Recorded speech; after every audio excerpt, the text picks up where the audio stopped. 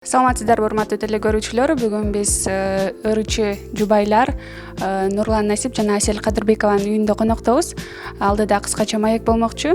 Нурлан байке, айтсаңыз, негизи эле ушу маданият чөйрөсүндөгү сиздердин кесиптештер кимдер? Анан Асель эже сизге кесиптешпи же ким болот? Жакшы тема экен.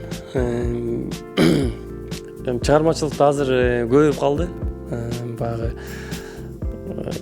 биздин көп адамдардын турмушун дагы чыгармачылык адамдар бир жолдо жүрүп, таанышып, дос болуп, анан сүйүүгө айланат. Биздики дагы биздин жашообуз дагы ошентип башталган. Биринчиден азыр Асель мурун кесиптешим болсо, азыр менин жубайым. Азыр эми мындай кесиптеш деле эмес, мен үчүн жубайым да бул. Менин биринчиден бардык жактан кесиптешим дагы, досум дагы, бардык нерселерди кеңешип, бардык нерсени чогуу чаран иш кылабыз. Ошондуктан кесиптешим десем туура эмес болуп калат го, жубайым да. Асель эже, айтсаңыз, негизи эле ушу Нурлан байкенин ушу сиздин күйөөңүз эмес, кесиптеш катары кандай сапаттары жакпайт? Негизи адамда кемчиликти издесең таба бересиң да. Негизи жакшы көргөн адамды ушунчалык жакшы көрсөң көзүң май басып калат дешет го. Демек мен көзүмдү май басып калган, менин оюмча кемчилиги деле жок. Ал эми сиздечи, Нурлан байке, ушу жубайыңыз эмес, кесиптеш катары, балким мурда мурда кандай кемчиликтери бар? Мурда эми баягы бойдок болуп жүргөн кезде баягы ар кимге салыштыра берген сапаттар бар эле.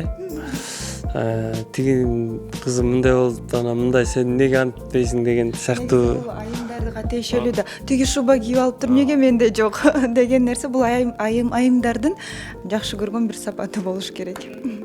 Андай нерсени баягы турмуш өзү таразалайт экен да. Мындай барган сайын турмуш кургандан кийин, мурун жаңы турмуш куруп, ой жүгүртүбүз башкача болсо, азыр наристелүү болгондон кийин андай сезимдер жоголуп, мындай ынтымак пайда болуп ортодо өтө деле андай нерселерге көңүл бурбай калат экенсиң да. Нурлан байке, айтсаңыз, үй бүлө курганга чейин кесиптеш болгонсуздар. Анан кийин үй бүлө кургандан кийин кесиптеш болуунун оор, анан жеңил жактарын айтып бербейсиздерби? Негизи эле кандай жеңил жактары болот экен, оор жактары болот экен, ошол тууралуу?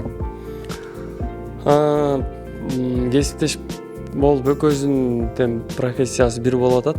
Экөөбүз ушу чыгармачылык жолунда болгондуктан өтө деле оорчулук жараткан жок. Анткени кесибибиз, оюлонгон оюбуз, жумушубуз баардыгы бир. Кээ бирде эле баягы ыр жаатында экөөбүздүн табиитибиз эки башка болуп талашып калышыбыз мүмкүн. Кайра наоборот жакшы, бул мындай болот, андай болот деп кеңеш пайда болот. Ошентип бири-бирибизге кеңеш берип, бир нерсе иштерди кылабыз. Эми оорчулук деле жок деп ойлойм да. Ушул эле суроого, үй бүлө кургандан кийин кесиптеш болуунун кандай оор жеңилдиктери бар экен? Менин оюмча, биз экөөбүз тең чыгармачылыктагы адам болгондуктан бизге жеңилирээк. Мен чыгармачылыктан бөлөк инсан болгондо уруш талаш көбүрөөк болмок. Эмне дегенде, каякта жүрөсүң, бул ырчы кыз ким, эмнеге ал менен сүйлөштүң деген кызганычы көп болмокпу дейм да. Ал эми бул чөйрөнү мен жакшы билгендиктен түшүнөм. Кечинде запистери болуп калат, келбей калат, түнөбөй калат. Анда деле мындай кызганбайм, түшүнөм. Студияда ушунчалык ишенбей баратсам, студиядагы инсандарга чала алам да. Эмне дегенде баары тааныш, дос дегендей. Ошондуктан бизге жеңилирээк. Ал эми сиз үйдө отурасыз, ошо кызыңыздардын бала менен чыгармачылыктан бир аз алыстай түштүңүз. Ошол жөнүндө бир аз. Негизи бала менен отурган түшүк катары деле көрбөйм. Ушунчалык рахаттануу менен түн уйкум калса дагы, негизи уйкучумун, бирок бала баары бир ойготот экен. Кың десе эле ойгонуп кетем. Мурда ойготуш менен кыйын болчу да. Азыр бала болгондон кийин өзүң кадимкидей туруп калат экенсиң. Анан ошондуктан мен азыр рахат алып жатам. Ошондуктан муну түшүк катары же ушундай болуп атат деп айта албайм.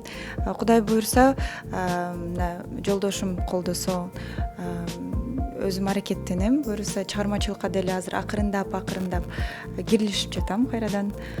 баары акырындап болот деп ишенем да.